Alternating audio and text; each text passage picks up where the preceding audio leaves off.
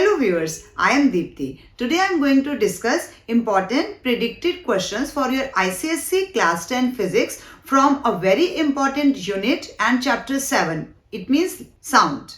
So our first important question is, what do you mean by echo, and state two conditions for an echo to be heard distinctly. अब echo की definition आपको पता है, but important keyword is when the original sound has ceased. Original sound के रुकने के बाद ये आपको important रखना है अपनी definition में word को. इसके अलावा जब हम conditions दे रहे हैं तो आपने दो कंडीशंस अलग अलग नहीं देनी कि मिनिमम टाइम जो है वो हमारा 0.1 सेकेंड है और डिस्टेंस जो है वो 17.2 मीटर का आना चाहिए. ये दो कंडीशंस नहीं है. This is considered as a one condition only. आपको इसके अलावा साइज ऑफ द रिफ्लेक्टर का पॉइंट देना है या फिर साउंड इंटेंसिटी काफी हाई होनी चाहिए, इतनी फीबल नहीं होनी चाहिए, वो वाला पॉइंट देना है. दो पॉइंट्स आपके तभी कंसिडर हो पाएंगे. Next question, state the application of echo by a bat, dolphin, fisherman. ऐसे जितनी भी एग्जांपल्स हमारी बुक में दिए हैं, हमने आज तक जो भी पढ़ी हैं. Next is what is Sonar, state the principal on which it is based. तो आपको इसमें पूरा मेंशन देना है, क्या क्या पूरी प्रोसेस है वो पूरा आप लिखेंगे फुल फॉर्म के साथ. इसके अलावा numerical sum based on v is equal to distance upon time, speed is equal to distance upon time. कब होगा? When echo is not mentioned in the question. कई बार सिंपल कहा जाता है कि ये स्पीड है, ये टाइम है, आपको इसके बीच में डिस्टेंस पता लगाना है. तो आप जब echo का मेंशन ही नहीं है कि साउंड जा रही है, टकरा रही है और आ रही है, तो आप नॉर्मल d अपॉन t का फॉर्मूला लगाएंगे and v is equal to 2d upon t हो जाएगा, यानी कि twice of distance divided by time taken when echo is mentioned in the question. क्योंकि इस चैप्टर के हिसाब से हमारे echo के क्वेश्चन से इंपॉर्टेंट है. मैं आपको यहाँ पर 2-3 इंपॉर्टेंट क्वेश्चन दे रही हूँ जिसको आप सॉल्व कीजिए. आंसर मैंने साथ में दे दिए हैं. A man standing 25 meter away from a wall produces a sound and receives the reflected sound. तो डिस्टेंस दिया गया हमें. Calculate the time after which he receives the reflected sound if the speed of sound in air is 350 meter per second. तो यहाँ पर आप calculate करेंगे, और क्योंकि मैंने मेंशन किया कि speed of sound in air इतना है और साउंड जा रही है और आ रही है, तो v is equal to 2d upon t. तो टाइम आपके पास 0.143 सेकेंड आ रहा है. इसी का second part, will the man be able to hear a distinct echo, क्या उसको सुनाई देगी एको इस केस में? तो आपने रीजन देना है. तो टाइम क्या है? 0.143, यानी कि ग्रेटर देन 0.1 सेकेंड है. तो आप ये रीजन दे सकते हैं यहाँ पर कि this sound is audible to the man. Next question, a man standing in front of a cliff fires a gun and echo is heard after 3 seconds. On moving 80 meters closer to the cliff, he again fires a gun and hears an echo after 2.5 seconds. Calculate the distance of man from the cliff to his final position. अब ऐसे questions में जहां पर आपको दो situations अलग अलग दी जाती है, यानी कि डिस्टेंस वेरी हो रहा है, तो आप सोचिए कि साउंड की स्पीड तो सेम रहेगी. तो यहां पर बेटर क्या होता है कि आप साउंड की स्पीड का फॉर्मूला लगाइए. v is equal to 2d upon t हमारा पहला सिचुएशन भी हमारे को देगा. फिर हम डिस्टेंस को चेंज कर देंगे, 2d अपॉन t हमारा दूसरा सिचुएशन आ जाएगा. 2 को हम कैंसिल कर देंगे और इक्वेट करेंगे इक्वेशंस को, तो हमारे पास डिस्टेंस जिसको हमने d या x एज्यूम किया होगा, आराम से आपके पास आंसर आ जाएगा. अगर नहीं आएगा आप मुझे बता सकते हैं कमेंट सेक्शन में, मैं आपकी हेल्प करूंगी. 480 मीटर यहाँ पर डिस्टेंस आ गया उसका इनिशियल पोजीशन से जो था. फिर इसके बाद स्पीड ऑफ साउंड, अब इन दोनों में से जो इक्वेशंस आपने बनाई हैं 2d अपॉन t वाली, किसी भी एक को v के इक्वल कर दीजिए तो आपके पास यहाँ से स्पीड आ जाएगी. और यहाँ पर तो आपके पास हिंट है ही है कि स्पीड ऑफ साउंड है, तो वो 320, 330, 340, 350 इनके बीच तक ही आंसर रहेगा. अगर वो इससे और ज्यादा आगे जा रहा है, इट मीन्स आपका आंसर आपको रीचेक करने की जरूरत है. Next important question is, what do you mean by natural vibrations of a body? Draw a graph between displacement and time. तो टाइम इंडिपेंडेंट होता है तो एक्स एक्सिस पे, और displacement of a body executing the natural vibration and state one condition for a body to execute the natural vibration. क्या condition होनी चाहिए कि वहां पर वैक्यूम होना चाहिए या एब्सेंस ऑफ कोई भी हमारे पास आसपास में मीडियम नहीं होना चाहिए, तभी नेचुरल वाइब्रेशंस पॉसिबल हो पाएंगे. Next question, state the factors on which the frequency depends for the following.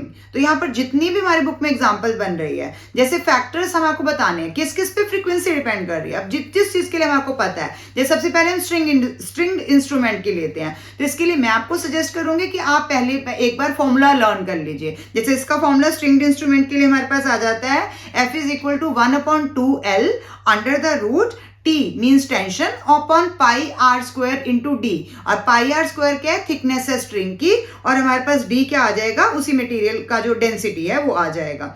तो इसको यूज करते हुए आपके पास सारे पैरामीटर्स आ गए। बट क्योंकि वो तो आपसे एक या दो पैरामीटर्स पूछते हैं, तो ज्यादातर केसेस में frequency inversely proportional to length आपने यही लेना है। तो यहाँ पर भी 1/2L है, तो आप क्या लिखेंगे, frequency is inversely proportional to length है। नेक्स्ट हमारा आएगा इसमें bob of a simple pendulum. तो सिंपल पेंडुलम के केस में हमारे पास फॉर्मूला क्या है, F is equal to 1/2 pi under the root G upon L। तो यहाँ पर भी हमारा L जो डिनोमिनेटर में आ रहा है, बट अगर हम एग्जैक्टली देखेंगे तो frequency is inversely proportional to 1 upon under the root L आ जाएगा। यहाँ पर है वो भी लेंथ ही रहेगा, यहाँ पर डिफरेंट लेंथ है तो पेंडुलम की अलग अलग लेंथ होने की मतलब से अलग अलग फ्रीक्वेंसी हो जाएगी। नेक्स्ट आता है load suspended from a spring. तो लोड के केस में F is equal to 1/2 pi ही है, under the root K upon M आ जाएगा। पीछे हमने क्या देखा था, G अपॉन L है, यहाँ पर हमारे पास क्या आएगा, K की जो कि स्प्रिंग का कांस्टेंट होता है हार्डनेस का, और M आ जाएगा मास। तो मास जो लोड का है, तो हम यहाँ पर भी इसके फैक्टर्स निकाल सकते हैं। तो inversely proportional to 1 upon mass of the load आ जाएगा। तो हम इस तरह से हर एक के फैक्टर्स को फ्रीक्वेंसी के साथ कोरिलेट कर लीजिए। नेक्स्ट आता है air column in a flute. जब हम बांसुरी बजा रहे हैं तो एयर कॉलम का क्या रोल हो जाएगा, तो frequency is inversely proportional to 1 upon L का ही इसके अंदर हम ले लेंगे। अब फ्लूट के केस में अगर हम ऑर्गन पाइप लेते हैं जो ओपन एट बोथ एंड है, तो अगर हमारा फ्रीक्वेंसी रेशियो इसके अंदर हम देखेंगे तो क्या आएगा, फ्रीक्वेंसी का रेशियो 1:2:3 आएगा। और अगर हम ऑर्गन पाइप लेते हैं विद वन एंड क्लोज्ड है, जिसको हम क्लोज पाइप भी कह सकते हैं, क्योंकि एक एंड बंद है एक खुला हुआ है, तो उसका रेशियो हमारे पास डिफरेंट मोड में आएगा 1:3:5। MCQ में पूछा जा सकता है, वैसे इसका कोई बहुत ज्यादा इंपॉर्टेंट क्वेश्चन बनता नहीं है। हमने पहले जो चारों फैक्टर्स डिस्कस किए हैं जिन पे फ्रीक्वेंसी डिपेंड कर रही है, वो आपने अच्छे से करने हैं। Next is what is the purpose of strings of different thickness in stringed instrument. तो बेसिकली ये भी फ्रीक्वेंसी के साथ रिलेटेड क्वेश्चन है। बाकी आप इसको थोड़ा सा एक्सप्लेन करेंगे क्योंकि रीजन मांगा जाता है, तो आपको थोड़ा सा एक्सप्लेनेशन भी साथ में देनी है, चाहे वो सिंगल लाइन एक्सप्लेनेशन हो, और करेक्ट देनी है। अगली लाइन में कॉन्ट्राडिक्टरी स्टेटमेंट दे देंगे तो जो आपने पहली लाइन में सही आंसर दिया है उसके मार्क्स भी आपको नहीं मिल पाएंगे। इसके अलावा स्ट्रिंग्ड इंस्ट्रूमेंट में हम स्ट्रिंग को कहां से प्लग कर रहे हैं। अगर हमने उसको मिडल से प्लग किया तो एक लूप बनेगा, तो एक लूप बनेगा मतलब हमारी प्रिंसिपल फ्रीक्वेंसी नोट होगा। अगर हम 1/4 लेंथ से प्लग करेंगे, 1/4 मीन्स उसका हाफ का हाफ हो गया, तो इट मीन्स हमारे पास 2 लूप बनेंगे और वो हमारी फर्स्ट सबसाइडरी फ्रीक्वेंसी आएगी जिसको हम 2f से शो करेंगे। अगर हमने उसको 1/6 लेंथ से प्लग किया तो हमारे पास 3 लूप बनेंगे जिसमें सेकेंड सबसाइडरी फ्रीक्वेंसी आएगी, तो इसको हम 1:2:3 के केस से हम शो कर सकते हैं। तो इस तरह के छोटे छोटे क्वेश्चन हम साउंड चैप्टर में इग्नोर नहीं कर सकते, क्योंकि हमें पता है कि सिंगल चैप्टर है और 11 मार्क्स कैरी कर रहा है। Next is right down the differences between free and forced vibrations with corresponding examples. तो वो आपको एग्जांपल देकर पूछेगा कि आपको ये कौन सी वाइब्रेशंस लग रही हैं, फ्री है या फोर्स्ड है, तो आपको रीजन देना है। इसके अलावा also draw a sketch showing the displacement against time for a body executing the damped vibration. तो आपने लेके जानी है और लास्ट में जाकर छोटे छोटे करके डैम्प करके खत्म कर देना है। One most important question from this chapter related with resonance, जो हर साल पेपर में अगर आप पिछला ट्रेंड देखते आए हैं तो 4 मार्क्स कैरी करता है आपका। तो एक डेफिनेशन हो गई या उस पर बेस्ड कोई ना कोई क्वेश्चन हो जाएगा, कोई भी इसकी एप्लीकेशन बेस्ड क्वेश्चन रेजोनेंस से related. What is meant by resonance, what is the condition necessary for resonance to take place. तो जहां हम n is equal to f को अच्छे से समझा के लिखेंगे। Write down the application of resonance in the case of. Resonance की मैंने प्रीवियस ईयर भी वीडियो बनाई हुई है जिसमें मैंने बहुत सारी एग्जांपल्स को आपको प्रैक्टिकली करके शो भी किया है और कुछ को सिर्फ समझाया है, तो आप उस वीडियो को भी रेफर कर सकते हैं अगर आपको इसकी किसी भी एप्लीकेशन में कोई डाउट है या समझ में नहीं आ रहा है। तो पहला ही केस आ जाएगा इन the case of tuning fork of same frequency. जो हम साउंड बॉक्स पे रखते हैं, हमने एक की प्रॉम्स को हिला के वहां पर रख दिया तो वो साइड में आगे वाले को भी हिला रहा है। इसके केस में हमारे पास क्या आ जाएगा कि सेकेंड ट्यूनिंग फॉर्क जो है वो ऑटोमेटिकली उसके साथ सिंपैथेटिक वाइब्रेशंस में आ जाएगा। सेकंड आता है resonant vibrations of pendulum of same length suspended from the same elastic sport. अब इलास्टिक स्पोर्ट का होना जरूरी है, तभी वो वाइब्रेशंस को कैरी फॉरवर्ड कर पाएगा, और जो सेम लेंथ वाले होंगे उन्हीं में रेजोनेंस होगी, ना कम में होगी ना ज्यादा में होगी। और यहाँ पर भी आपने ध्यान रखना है कि frequency is inversely proportional to length of the pendulum है, तो लॉन्गर अगर होगा तो हमारे को उसके हिसाब से देखना है कि किसका लंबा है किसका छोटा है। नेक्स्ट है air column when a long cylindrical tube is connected with a cylindrical vessel which act as a reservoir. तो हमने रिजर्वॉयर को ऊपर नीचे करके इसकी यहाँ पर जो एयर कॉलम बन रहा है टेस्ट ट्यूब में पानी के ऊपर जो खाली जगह है एयर कॉलम की लेंथ को हम इंक्रीज या डिक्रीज कर रहे हैं, ये मेरी वीडियो में भी आप देख सकते हैं। Next is machine parts when it is certain speed of vehicle that particular part of frame starts vibrating vigorously. तो हम क्या करते हैं ऐसे केस में बचने के लिए, हम व्हीकल की स्पीड को चेंज कर देते हैं तो रेजोनेंस ऑटोमेटिकली स्टॉप हो जाती है। अगर हम स्टॉप नहीं करेंगे तो इसमें एक्सीडेंट भी हो सकता है, क्योंकि अगर फ्रेम लूज होगा तो वहां से वो पार्ट और जो भी आपका मशीन पार्ट है वो बाहर निकल सकता है। Next is stretched string and sound box of musical instrument and sonometer, इससे रिलेटेड क्वेश्चन आ सकते हैं। Troops when cross A suspension bridge, तभी आपको कहा जाता है कि ब्रेक योर स्टेप्स, वो भी हो सकता है। Test tubes of same height है which are filled with water up to different height है। तो पानी की हाइट नहीं देखनी, हमने ऊपर एयर कॉलम की हाइट देखनी है, जिसमें वो उसका 3 टाइम्स हो जाएगा, वहां पर फिर से रेजोनेंस हो जाएगी। इस तरह के क्वेश्चन पेपर में बहुत डोमिनेंटली पूछे जाते हैं और हर साल पेपर में रेजोनेंस का एक शॉर्ट क्वेश्चन साउंड चैप्टर का जरूर होता है। अब मैं यहाँ ये तो नहीं कह सकती आपसे कि समझ लो कि जो भी क्वेश्चन आया समझ नहीं आ रहा तो ये रेजोनेंस ही है, हो सकता है एग्जामिनर उस क्वेश्चन को ही चेंज कर दे, बट आपने ढूंढने की कोशिश जरूर करनी है। रेजोनेंस का एक क्वेश्चन आपको जरूर 4 मार्क्स में या 3 मार्क्स में तो मिल ही जाएगा। Next, give comparison of sound on the basis of 3 characteristics of sound: loudness, pitch and quality, and their subjective nature also.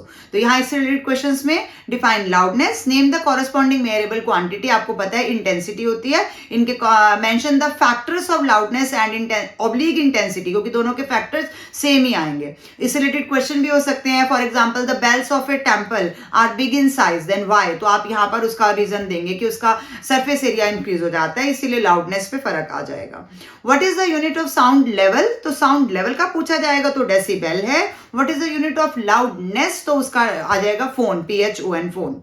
Next is define pitch, give its measurable quantity, किस पर depend कर रहा है आपको पता ही है, पिच किस पे डिपेंड करती है, फ्रीक्वेंसी पे। Related question, ratio of amplitude of 2 waves having same pitch is 3:4। What is the ratio of their loudness, तो लाउडनेस एम्पलीट्यूड पे कैसे डिपेंड करती है, ए का डायरेक्टली प्रोपोर्शनल टू एम्पलीट्यूड का स्क्वायर, तो कितना हो जाएगा 3 और 4 का स्क्वायर, 9:16 हमारे पास आंसर आ जाएगा। नेक्स्ट आया what is the ratio of the frequency, तो ratio of amplitude of 2 waves having same pitch, उसने क्वेश्चन में आपको हिंट दे दी कि अगर पिच सेम है इट मींस उसकी फ्रीक्वेंसी सेम है, और सेम चीज का रेशियो क्या होता है, 1:1। Next important question, how is it possible to detect the filling of bottle under a water tap, या पिक्चर या मटका under a water tap by hearing the sound at a distance, क्योंकि उसमें एयर कॉलम की length जो है वो reduce होती जा रही है, उसके हिसाब से स्टिलनेस चेंज हो जाएगी, और वो हमने आंसर में फ्रीक्वेंसी को मेंशन करते हुए लिखना है। Define quality of sound, corresponding measurable quantity is the number of overtones which affect waveform. Which characteristic of sound makes it possible to recognize a person from his voice without seeing him? तो यहाँ पर हम quality की example ले रहे हैं, ये question मैंने उसी के लिए उठाया है कि बिना देखे हम फोन करते हैं किसी को, बिना देखे हमें पता चलता है कि कौन बोल रहा है उनके घर से, हमने देखा नहीं उस पर्सन को, मतलब अभी नहीं देख रहे हैं, बट हम उसकी आवाज से पहचान जाते हैं, क्योंकि वोकल कॉर्ड से जो वेव फॉर्म निकल रही है वो सबकी पेक्यूलर होती है, स्पेसिफिक होती है। Next is differentiate between musical note and a noise, ये बहुत सिंपल सा क्वेश्चन है बट हम इग्नोर नहीं करेंगे। Next question, technical name of the musical instrument flute is organ pipe, हम ऑर्गन पाइप बोलते हैं। If the pipe is open at one end तो उसको हम क्लोज्ड पाइप कहेंगे, then its fundamental frequency is V/4L आ जाएगी, and if it is open at both end then its fundamental frequency is V/2L। What will be the impact on quality of sound? तो अगर दोनों हमने लिया organ pipe, एक की frequency उसे दे ही दिया आपको कि फंडामेंटल फ्रीक्वेंसी एक की V/4L है, दूसरे की V/2L है, तो क्वालिटी ऑफ साउंड पे क्या फर्क पड़ेगा? Since open and closed organ pipe produce different overtone, उसने स्टार्टिंग में हिंट दे दी कि ओवरटोन अलग अलग आ रही है, ओवरटोन मतलब वेवफॉर्म अलग अलग आ रही है। अगर वेवफॉर्म अलग अलग आ रही है तो quality of sound produced by 2 pipes is different, तो हम कभी भी नहीं कह सकते कि इनकी वेवफॉर्म सेम आ जाएगी, क्योंकि यहाँ पर ये अलग अलग हैं। ऑर्गन पाइप एक केस में क्लोज्ड है, एक में ओपन है। नेक्स्ट एक और फिगर बेस्ड बहुत सारे क्वेश्चंस आ सकते हैं, लेकिन एक मैं इंपॉर्टेंट आपके साथ कवर कर रही हूँ. Figure shows the wave pattern of 3 sounds A, B and C. Name the characteristic of sound which is same between A and B. अब कौन सी कैरेक्टरिस्टिक है जो A और B में आपको यहाँ पर सेम दिखाई दे रही है? B पार्ट में B और C में सेम दिखाई दे रही है. तो A और B में आप देखिए कि दोनों में वेव का जो पैटर्न है वो सेम है. तो क्या सेम हो सकता है? क्वालिटी, लाउडनेस और पिच में से क्या सेम है इसके अंदर? क्या हो जाएगा? ए और बी में आपको दिखाई दे रहा है. नंबर ऑफ साइकिल चाहे अलग अलग है, लेकिन एम्पलीट्यूड सेम है. तो एम्पलीट्यूड सेम होने का मतलब इसकी लाउडनेस सेम आ जाएगी. अब क्योंकि फ्रीक्वेंसी अलग है तो हम पिच तो सेम नहीं कह सकते हैं. तो लाउडनेस सेम है और क्योंकि वेव फॉर्म का पैटर्न सेम है इसीलिए इसकी क्वालिटी भी सेम है. तो ए एंड बी के केस में हमारी लाउडनेस और क्वालिटी दोनों आंसर में आएंगे. बी और सी में क्या सेम है? बी और सी में आप देखिए दोनों का जो टाइम टेकन है वो अलग अलग दिया है, वेव पैटर्न भी अलग अलग है, एम्पलीट्यूड भी अलग अलग है, यानी कि कुछ भी सेम नहीं है. बी और सी में कुछ सेम नहीं है. इसके अलावा C और A में क्या सेम है? C और A के बीच में हमारे पास जो आंसर आ रहा है उन दोनों के अगर आप टाइम पीरियड्स कंपेयर करेंगे तो बिल्कुल एग्जैक्टली सेम आ रहे हैं. तो टाइम पीरियड सेम है यानी कि फ्रीक्वेंसी सेम है. Frequency is equal to 1 time period होता है. तो जितना टाइम टेकन है वेव के द्वारा या नंबर ऑफ साइकिल जितने का आया है उतना वो बिल्कुल सेम आ रहा है. तो इट मीन्स हमारे पास पिच जो है वो सेम आएगी. तो A और C के केस में हमारी पिच सेम हो जाएगी. तो इस तरह के बहुत सारे पैटर्न रिलेटेड क्वेश्चन आपके पास आ सकते हैं. जितनी भी आपके पास बुक्स हैं वहां से ट्राई कीजिए. अगर आपको किसी में भी कोई डाउट है यू कैन आस्क मी.